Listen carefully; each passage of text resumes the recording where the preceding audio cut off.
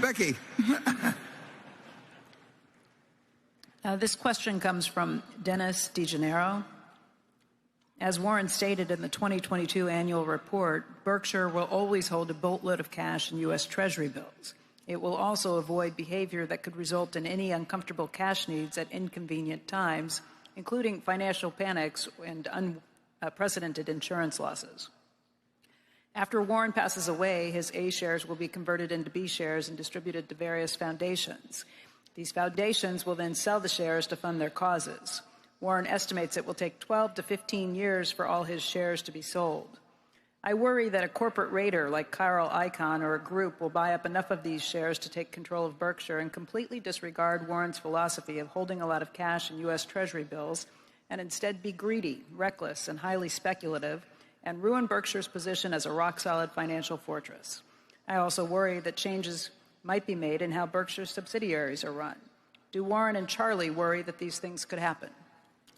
Well, I think it's fair to say we think about it plenty, but I don't worry enormously. If we, it is true that Greg and the directors will have a honeymoon period for a long time simply because of the votes that will still remain. I mean, but it's true that eventually they will get judged based on how well our operation fares versus others. Now, if we don't pay any dividends in 12 or 15 years, you're talking $1.5 trillion that it would take to take over. And I think if we can't, that limits the group. They like to think about how much they can borrow against it.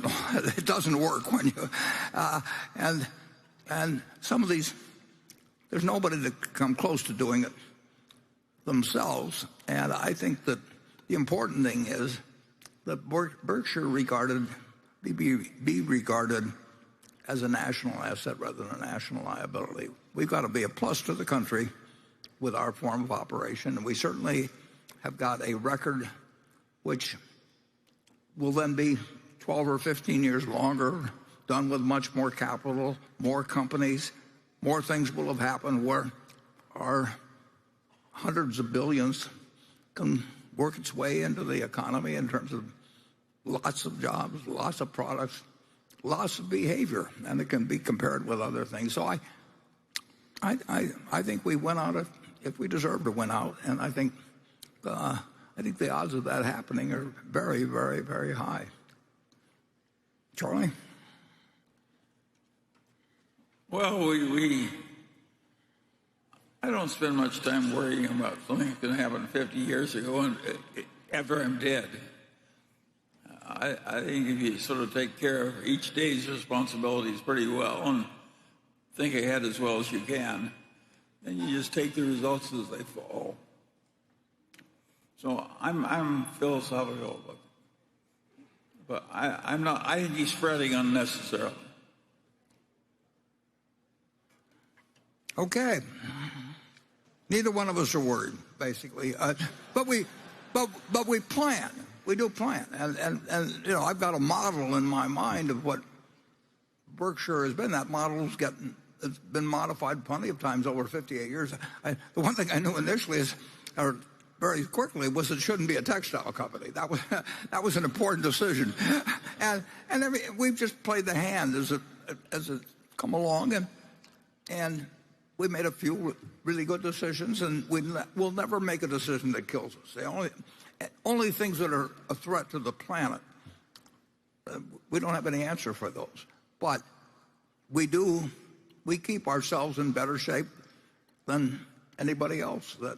And we just aren't going to have big maturities of debt that come along. We aren't going to have insurance policies that can be cashed in en masse, and we will sit with what looks like a huge amount of capital. And it is a huge amount of capital, but there's a huge amount of earning power. There's a huge amount of diversity, everything. So our business model will be graded, and it'll be graded against a whole lot of people that we'd like to be graded against. So I think we're handing something very secure over to the future, and I think we've got the shareholder base like nobody has. I mean, there isn't anybody in the country that I know of, unless they've had an employee-owned company prior to going public or something of the sort. But this is the product of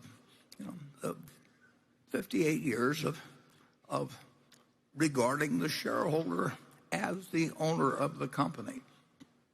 But what does that mean? That means having happy customers. It means being welcomed by your community rather than having them turn you away. It means that the government feels better with you if there's a financial crisis because you can provide something that actually the country can't under some circumstances, and you'll be there. And at the same time, it'll be good for the business. And we will have crises of one sort or another, but if they aren't challenging the planet, which worries you in terms of some of the threats that we have, we'll be a plus to the United States, and if we're a plus to the United States, we'll survive.